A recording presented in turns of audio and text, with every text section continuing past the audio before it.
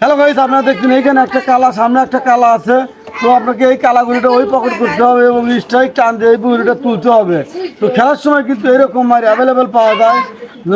যদি শিখতে চান তাহলে না টেনে সম্পূর্ণ ভিডিওটা দেখুন কীভাবে আমি এই গুড়িটা পকেট করি এবং এই গুড়িটা নিজেরা আয়ত্তে আনি।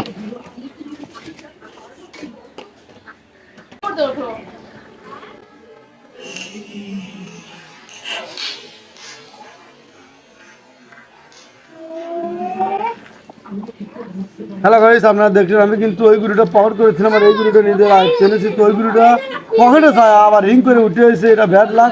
কিন্তু এই গুড়িটা নিজের আয়ত্তে আনার চেষ্টা করেছিলাম, এই গুড়িটাই চলে গেছে। তো এরা আবার গুড লাগ।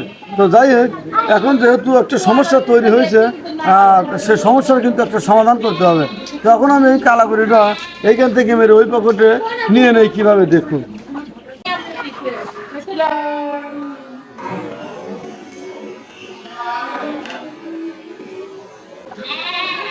হ্যালো গাইস, আপনারা দেখলাম আমি কিন্তু ওই গুলিটাও কিন্তু এক মাইলের পকেটে নিয়ে নিলাম, যেহেতু সমস্যা তৈরি হয়ে গেছে।